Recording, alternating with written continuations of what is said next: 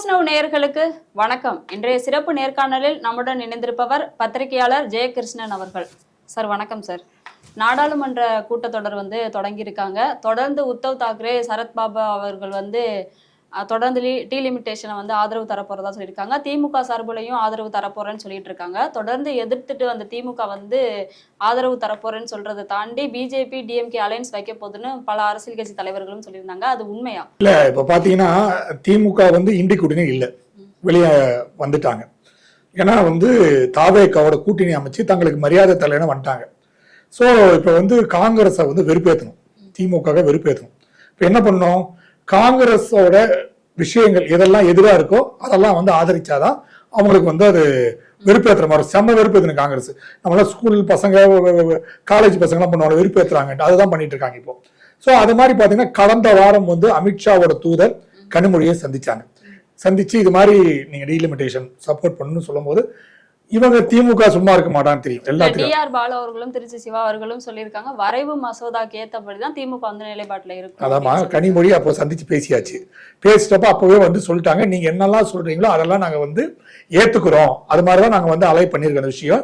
ஏன்னா திருச்சி சிவாவே நேற்று சொல்லியிருக்காரு கூட்டத்துல இது மாதிரி நான் சொன்ன பல்வேறு விஷயங்கள் ஏற்றுக்கொள்ளப்பட்டிருக்கிறது அப்படின்னு. பட் திமுகவோட போகுமான்றது மிகப்பெரிய டவுட். ஏன்னா திமுக இப்போ அவங்க போனாங்கன்னா அவங்க வைக்கக்கூடிய விஷயங்கள், அதாவது கோரிக்கைகள்னு கொஞ்சம் நெஞ்சம் இருக்காது, நிறைய விஷயம்.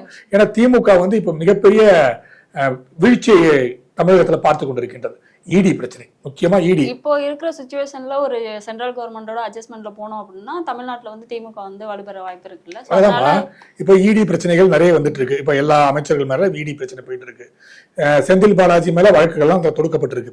ஸோ இப்போ அதெல்லாம் நீங்க காம்ப்ரமைஸ் பண்ணி சரி பண்ணிட்டீங்கன்னா டீலிமிட்டேஷன் போன்ற விஷயங்களை நாங்கள் ஆதரிச்சு பேசுவோம் அப்படின்ற இன்னொரு விஷயமும் இருக்கு. கூட்டு போன ஏன்னா ஒரு மறைமுகமா ஒரு 3 மாசத்துக்கு முன்னாடி நீங்க பாத்தீங்கன்னா மவுண்ட் ரோடு மொத்தம் இருக்கிற அறிவாலயம் சுற்றுப்பகுதிகள் எல்லாமே கிட்டத்தட்ட 8 பிட் போஸ்ட் போட்டுருந்தாங்க.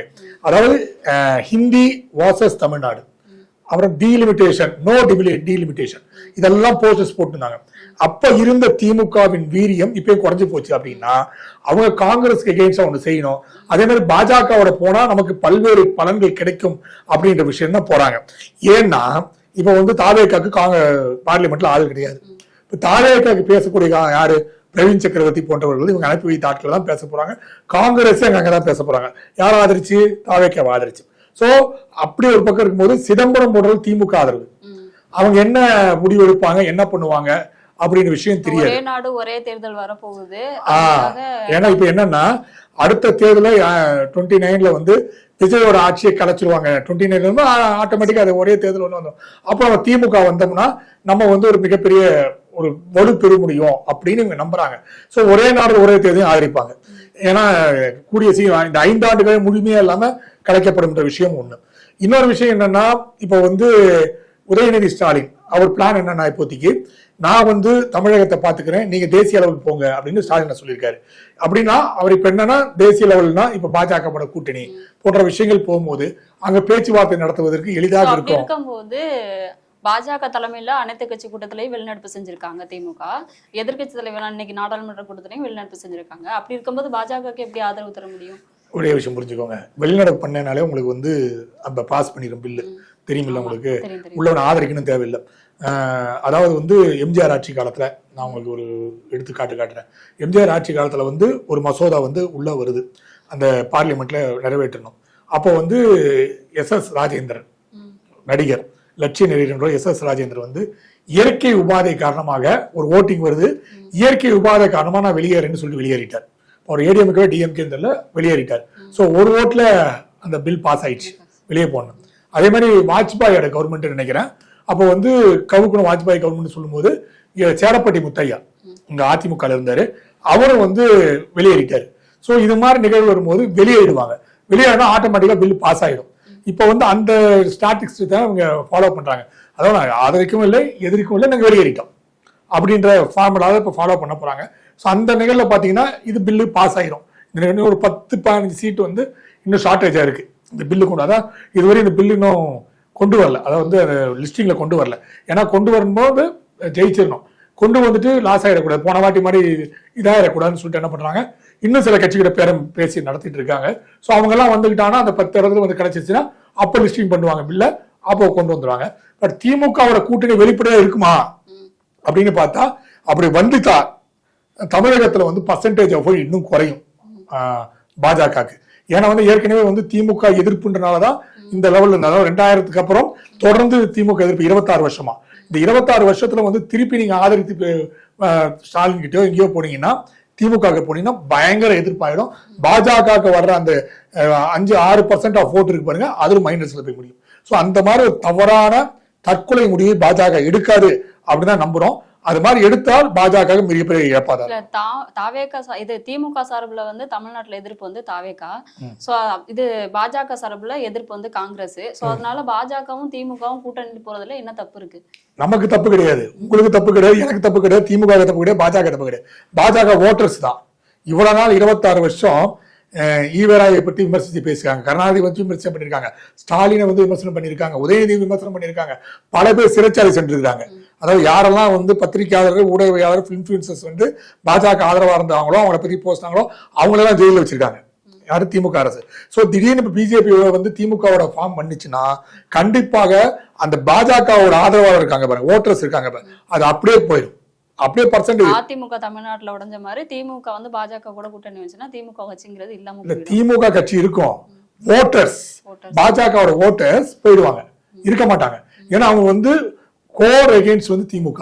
அண்ணா திராவிட முன்னேற்றம் கூட வந்து போயிடுவாங்கன்னா ஜெயலலிதா வந்து ஒரு ஆன்மீக சிந்தனையோட இருந்தாங்க, அப்படியே போயிட்டாங்க. இவர் வந்து எதிர்ப்பு நேருக்கு எதிர்ப்பு திமுக இருந்தது. இவ்வளவு விமர்சனத்துக்கு அப்புறம் இப்ப திமுக வந்து சேர்ந்துச்சு, பாஜகவோட திமுக சேர்ந்துச்சுன்னா பாஜகவோட தற்கொலைக்கு சமமான விஷயம். பாஜக அந்த முடிவு எடுக்காதுன்னு நினைக்கிறேன். ஃபார்ம் பண்ண மாட்டாங்க, கூட்டணி போக மாட்டாங்க, நின்னா தனிமையா இருக்கலாம். தவிர இனியும் திமுகவுடன் ஆதரிக்கலாம், பெரிய லெவல்ல பேசலாம்னா என்ன சின்ன சின்ன விஷயங்கள இந்த இடி பிரச்சனைகள் இதெல்லாம் வந்து திமுக முன்வைக்கும், அதையெல்லாம் சரி செய்வாங்க. தவிர கூட்டணி அமைத்தால் மிகப்பெரிய தவறு பாஜக செய்யும். மறைமுகமா ஆதரவு தெரிவிக்கும். அப்படி போகும் தெரியுமா, எலக்ட்ரல் பாலிடிக்ஸ்ல 2 பேரும் வந்து அலைன்ஸ் வராது. எனக்கு தெரிந்த காங்கிரஸோட தலைவர்கள் சொல்லியிருக்காங்க, ஒரு சில பேர் வந்து தமிழ்நாட்டு அளவுல வந்து தாவேகா கூட கூட்டணியில இருக்கும், ஆனா தேசிய அளவுல எங்களுக்கு வந்து திமுகவோட ஆதரவு தேவைப்படுதுன்னு சொன்னாங்க. ஆனா அதை எதிர்த்து ஸ்டாலின் அவர்கள் வந்து இல்ல, இது காங்கிரஸுக்கு எதிராக நிறைய போராட்டம் பண்ணாங்கன்னா எம்பிக்கள் யாரும் சப்போர்ட் பண்ணக்கூடாது அப்படின்னு சொல்லியிருந்தாங்க. அதை எப்படி பாக்குறது? இந்த ஒரு 3 நாள் முன்னாடி லண்டன் மீட்டிங் நடந்தது. அதுல வந்து கான்ஃபரன்ஸ் மீட்டிங் நடக்கும்போது அப்பவே அவர் என்ன சொன்னார்னா, ஸ்டாலின் அவர்கள் எம்பி கூட்டங்கள் நடக்கும்போது பார்லிமெண்ட்ல மோடி அவர்களையோ அமைச்சரவையோ யாருமே விமர்சனம் பண்ணாதீங்கன்ட்டு, எந்த அளவிலும் நீங்க விமர்சனம் பண்ணக்கூடாது.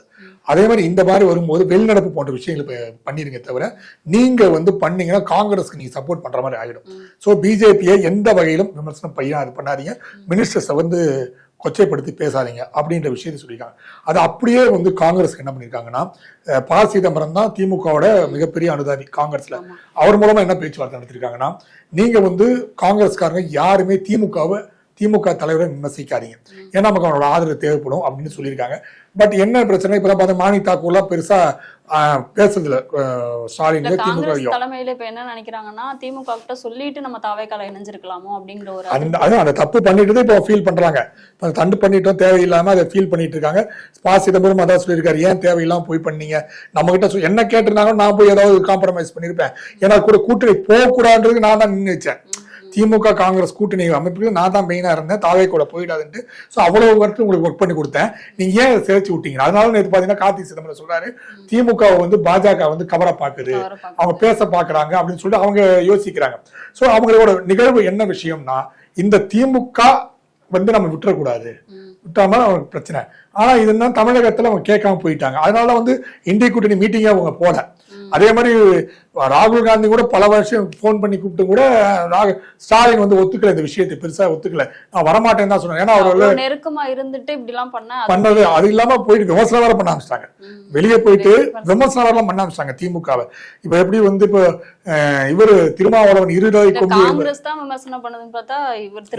பண்ணிக்கிறாங்க, இவங்க அனிதா ராதாகிருஷ்ணன் வந்து எல்லாமே வந்து தேர்தலுக்கு முன்னாடியே இந்த ஒரு விஷயம் வந்து இருந்துச்சு, திருமாவர்களுக்கு வந்து அதிருப்தி வந்து அந்த கூட்டணியில இருக்கும்போதே இருந்துச்சு அப்படின்னு சொல்றாங்க. திருமாவுக்கு எப்பவுமே திருப்தி இருக்கும், ஏன்னா அவர் எதிர்பார்த்தது 10 சீட்டு, ஆனா கொடுக்கப்படவில்லை. அப்பவே அந்த அதிருப்தி உருவாக ஆரம்பிச்சிச்சு அவருக்கு. அதுக்கப்புறம் எல்லா இடங்களையும் நமக்கு வந்து ரெப்ரசன்டேட்டிவ் இருக்காங்க, மாவட்ட செயலாளர்ல இருந்து. ஏன்னா அவர் மட்டும்தான் 234 மாவட்ட செயலாளர் அறிவிச்ச ஒரே கட்சி வந்து விடுதலை சிறுத்தை தான். எல்லாத்துலயும் வந்து இப்ப தொகுதி செயலாளர், பகுதி செயலாளர் இருப்பாங்க. 6 தொகுதி இல்ல 3 தொகுதி கொண்ட மாவட்டங்கள் தான் இருக்கும். அவர் மட்டும் தான் 234 தொகுதி மாவட்டம், எல்லாத்தையும் மாவட்ட செயலாளர். அதனால ஸ்ட்ராங் பண்ண முயற்சி பண்ணார். 10 சீட்டு கிடைக்கும் போது தேமுதிக உள்ள வந்தது அவர் மிகப்பெரிய அதிர்ச்சி. அதனால என்ன பண்றதுன்னு அவர் தெரியல. இப்ப அவருக்கு என்னன்னா வெளியே போயிட்டு வந்துவீங்களா, இப்ப அவர் பயங்கர பிரச்சனை என்னன்னா, இப்போ அவர் வெளியே போலாம், வன்னியர் சொல்ல மாட்டார் வெளியே. வன்னியர் சங்க இருந்து என்ன பண்ணுவாரு, நான் மறுமலர்ச்சி விடுதலை சிறுத்தைன்னு வச்சுக்கிறேன் கட்சியை. அவர் போயிட்டாரு, நான் விடுதலை சிறுத்தை ஒரிஜினல் நான் தான் இங்க இருக்கேன். அப்படி ஒரு பிரச்சனை வந்ததுன்னா, இவர் பனையூர் பாபு போனதுல இவருக்கு வருத்தமா இருந்தாலும் MS பாலாஜி திமுக போயிட பிளான் பண்ணுவாரு, ஆனூர் ஷானவாஸ் திமுக போயிடுவாரு, இவரு தாவேகா போயிடுவாரு. அவர் தனியா தான் இருப்பார். அவர் தனியா இருந்தா விடுதலை சிறுத்தை எங்க இருக்க போகுது, இருக்காரு. அதனால என்ன பண்றாரு, வைகோ சொல்ற மாதிரி 2 குதிரை நீங்க பயணம் பண்ணாதீங்க, இதோ ஒரு குதிரை பயணம் பண்ணுங்க சொல்லிருக்காரு. நான் வாழ்க்கையில 2 பெரிய தப்பு பண்ணிட்டேன். ஒன்னு அதிமுக 2006 ஒரு கூட்டணி பற்றி நான் வந்து பண்ணேன், ஜெயலலிதா கூட பண்ணேன். அது என்னன்னா, என் கட்சி நிர்வாகிகள் எல்லாம் போய் பேசுனாலும் நான் பேசுனேன், அப்போ ஒரு தப்பு பண்ணேன். 2016 வந்து எல்லாம் வந்து பாஜக எதிராக போகணுன்றனால எனக்கு கூட்டணி சேர்த்து விட்டாங்க. இந்த 2 தவறு. நான் என்ன சொல்றேன்னு, கட்சி ஆரம்பிச்சது தவறு. அவர் ஒழுங்கா திமுகலே பிரயாணம் பண்ணிக்கலாம். அவர் வெளியே வந்துட்டு அங்க இங்க இங்கன்னு மாறி மாறி நாஞ்சில் சம்பத் அவர் சொல்லியிருக்காரு, வைகோ அவர்கள் வந்து விஜய் காலையில் விழுந்துட்டாரு அப்படின்னு அவர் சொல்லியிருக்காரு. ஏன்னா நாஞ்சில் சம்பத் அவர் விமர்சித்து தான் வெளியே வந்தாரு. விமர்சித்து அண்ணா திராவிட முன்னேற்ற காரில் சேர்ந்தாரு. ஒரு இனோவா கார்ல அவர் செட்டில் ஆகிட்டு உட்காந்துட்டாரு. இப்ப இங்க வந்தோன்னு திருப்பி நம்ம ஒரு ஜோக் சொல்லுவோம்ல, நம்ம வந்து இந்த கம்பெனி மேனேஜர் சரியில்லைன்னு சொல்லிட்டு அந்த கம்பெனிக்கு போகும்போது இங்க இருக்கிற மேனேஜர் அந்த கம்பெனி மேனேஜர் வந்து எப்படி இருக்கும், அது மாதிரிதான் இப்ப இருக்கிறது. ஆனா என்னன்னா, வைகோ பாவம், வைகோ தனக்காக எதுவும் செய்யல, அவர் வந்து தன் மகனுக்காக தான் செய்யிட்டு இருக்காரு, துரை வைகோக்காக தான் செஞ்சுட்டு இருக்காரு. எதிர்காலம் என்பது துரை வைகோக்கு ஸ்ட்ராங் பண்ணணும். ஏன்னா இளைஞர்கள் வந்து வைகோ கட்சியில மதிமுக கம்மியாயிட்டாங்க, தேஞ்சு போயிடுச்சு மதிமுகவே. அதுவும் இருக்கிறவர்கள்லாம் திமுக கொண்டு போயிட்டாங்க, நமக்கு ஆளே கிடையாது. ஸோ கொஞ்சமாவது ஸ்ட்ராங் பண்ணணும், கொஞ்சமாவது செட்டில் ஆகணும்னா நம்ம என்ன பண்ணணும், இளைஞர்கள் இது மாதிரி இருக்கிற ஜென்சி இருக்கிற இவன் கூட போய் துரை வைகோ சேர்த்து விட்டானா தம்பி ஏதாவது வளர்ந்து போயிடுவான் அப்படின்னு அவர் கொண்டு வந்திருக்காரு. பட் அவரோட அரசியலுக்கும் இதுக்கும் வந்து கொஞ்சம் கஷ்டமான விஷயம் தான். என்ன பண்ணணும்னு தெரியல. ஏன்னா அவர் MP எதிர்பார்த்தாரு, தரல. ஒரு நடைப்பயணம் ஆரம்பிச்சாரு, போதைக்கு எதிராக நடைப்பயணம்னாரு. ஸ்டாலின் அவர்கள் மிரட்டணும்னா அதை வந்து சமூக நீதி நடைப்பயணம் மாத்தினாரு. ஸோ அவங்களாம் கூட்டணிக்காக எல்லாருமே வளைஞ்சு நெளிஞ்சு போனாங்களே தவிர ஸ்டாலின் அவர்களை வந்து கண்டுகொள்ளவில்லை என்பது ஒரு மிகப்பெரிய வருத்தமா இருக்கு. இப்போ வந்து மார்க்கண்டேயம் திமுக MLA அவர்களை வந்து அரெஸ்ட் பண்ணியிருக்காங்க. அதை எப்படி பாக்குறது, உரிமையில பேசியிருக்காங்க அப்படின்னு சொல்லிட்டு. நம்ம இப்ப என்னன்னா, திமுக எல்லாமே விரக்தியின் உச்சத்துல இருக்காங்க. அதுவும் விஜய் வந்தது, அண்ணா திராவிட முன்னேற்ற கழகம் வந்திருந்தாங்க கூட அவங்க பெருசா எடுத்துக்க மாட்டாங்க. விஜய் வந்தது அவங்களால ஜீர்ணிக்கவே முடியல. எப்படிதான் விஜய் வந்துட்டாப்ல, நம்ம இவ்வளவு பெருசா நம்ம பிளான் பண்ணோம், இவ்வளவு செலவு பண்ணோம், இல்லாம வந்துட்டாப்லையே அப்படின்றது மிகப்பெரிய அதிர்ச்சியா இருக்கு. இன்னைக்கு கூட பாத்தீங்கன்னா இவரு அனிதா ராதாகிருஷ்ணன், இதை பத்தி நீங்க என்ன சொல்றீங்கன்னா, எனக்கு மயக்கம் வருது, ஹாஸ்பிட்டல் போய் அட்மிட் பண்றேன். ஏன்னா எல்லாமே என்ன இப்ப போற கட்டத்தை பார்த்தா 234 தொகுதியில வந்து எலெக்ஷன் வச்சிருவாங்களா அப்படின்னு லெவல் ஆகி போச்சு. ஏன்னா இவர் சொன்ன விஷயம் வந்து அந்த சட்டசபையை மூடுங்க, அசம்பிளியை மூடுங்க அப்படின்னு சொன்ன போது 3 நாள் கையை உடைச்சிருங்க அப்படின்னு சொல்லியிருக்காரு. இப்போ அதுக்கு வன்னியரசு சொல்லியிருக்காரு, நான் கையை உடைச்சா சும்மா இருப்போமா அப்படின்ட்டு. இப்ப வன்னியர் விடுதலை சிறுத்தைகள் வந்துதான், இப்ப அதாவது வன்னியரசு தான் வந்து விஜயோட மிகப்பெரிய ஒரு ரெப்ரஸன்டேட்டிவா மாறி போயிட்டாரு, வேற வழி இல்லைன்ட்டு. திருமாவளவன் கூட பதில் சொல்ல மாட்டாரு கூட, இவர் பதில் சொல்லிருக்காரு உட்காந்து. சோ இந்த சூழ்நிலை இப்ப விளாத்தி கூட அனிதா ராதாகிருஷ்ணன் திருப்பி இப்படெல்லாம் இதெல்லாம் திமுகவோட செயல்பாடுகள் தான். இவர் சொல்லியிருக்காரு, சபாநாயகர் அனுமதி இல்லாம அரெஸ்ட் பண்ண முடியாதுன்னு, அதெல்லாம் பார்த்து வேண்டிய வாகனம் கூட்டு போயிட்டாங்க. சோ இப்ப கொஞ்சம் இவங்க அச்சத்தை ஏற்படுத்துறாங்க தாவேக்கு. அதாவது எங்களை எதிர்த்து பேசினா உனக்கு சிறைச்சாலை கண்டிப்பா கிடைக்கும் அப்படின்ட்டு திமுக ஃபார்முலா தான். சின்ன விஷயத்துக்குமே அரெஸ்ட் பண்றாங்களே சார். அப்படி இருந்து பார்த்தா முதலமைச்சர் விஜய் அவர்கள் தான் பேசியிருக்காங்க, எல்லாரும் ஸ்டேஜ் ஏறியுமே அது இதுன்னு பேசியிருக்காங்க. ஏன்னா இவங்கள மாதிரி பேசல, சிவாஜி கிருஷ்ணமூர்த்தின்னு ஒரு பேசிட்டு இருந்தாரு.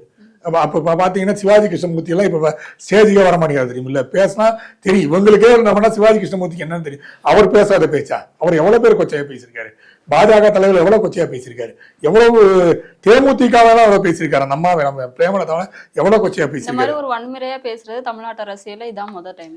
இல்ல இது நிறைய நடந்திருக்கு. அதாவது வந்து பாஜக திமுக தான் இதோட ஊற்றுக்கண். அந்த காலத்துல வந்து விடுதலை விரும்பி விஜய் அவர்கள் பேசினதுக்கு ஒரு எதிர்வினையா கூட இவங்க பேசிருக்கலாம்ல. இல்ல அதுக்கு முன்னாடியே பேச ஆரம்பிச்சிருக்காங்களே. இவங்க ஏற்கனவே சமூக வலைதளங்கள் இந்த பிரச்சனை எல்லாம் பண்ணிட்டு இருக்காங்க. ஏற்கனவே சமூக வலைதளத்துல மனோ தங்கராஜ் போன்றவர்கள்லாம் பயங்கரமா வந்து விமர்சனம் பண்ணிட்டு இருக்காங்க எல்லாத்தையும். மனோ தங்கராஜ் பலரை விமர்சனம் பண்ணியிருக்காரு அவர் மினிஸ்டரா இருக்கும்போது. அது இல்லாம இந்த இவங்க ஆட்சி வந்த போதும் கூட ட்விட்டர்ல நிறைய விமர்சனம் பண்ணியிருக்காங்க. ஸோ இவங்க எல்லாம் வந்து ட்விட்டர்ல விமர்சனம் பண்ணும்போது ஸ்டேஜ்ல விமர்சனம் பண்ணாங்க. அதே சூழ்நிலை தான். அவர் என்ன பேசினாரு விஜய், அதிகபட்சம் என்ன பண்ணாரு, கதவை மூடிட்டு நடத்துவோம் அப்படின்னாரு. அது ஒரு செயல்பாடு. ஆனா இவங்க வந்து கையை உடைப்போம், காலை அடிப்போம். விஜய் அப்படிலாம் பேசவே இல்லை. ஆனா இவங்க கட்சியில சிவாஜி வந்து கிருஷ்ணமூர்த்தி ரொம்ப பேச திமுகவோட செயல்பாடு, வெற்றி கொண்டான், தீப்புரிய அறிமுகம், இவங்கெல்லாம் மோசமா, திமுக தான் இந்த ஆபாசமாக பேசக்கூடிய பேச்சாளர்கள் உருவாக்குறாங்க. அது இன்னும் திமுக கிட்ட இருந்து வெளியே ஆகல, அப்படியே இருக்கு. அண்ணா திராவிடர் கூட இருந்தாங்க, வன்னியரசு, வன்னை ஸ்டெல்லா போன்றவர்களாம் இருந்தாங்க. அவங்க கூட ஆபாசமெல்லாம் பேசுவாங்க. பட் அதெல்லாம் 3rd ரேட்டட் 4th ரேட்டட் பேச்சாளர். ஆனா திமுக என்னன்னா 2வது கிரேட் பேச்சாளர் மாதிரிலாம் பேச ஆரம்பிக்கிறாங்க. விஜய் வந்து ஏதோ சினிமா மூட்ல பேசுறாரு. பட் அவர் கையை உடைப்பேன், காலை உடைப்பேன் அப்படிலாம் சொல்லவே இல்லை. இவர் வந்து பெல்ட் எடுத்து விளாசுவன்னாரு அனிதா ராதாகிருஷ்ணன். அதெல்லாம் அவங்க சொல்லவே இல்லை. அப்பாவா காணான்னு சொன்னதுதான் இவ்வளவு டென்ஷன் ஆகிட்டு இருக்காங்க.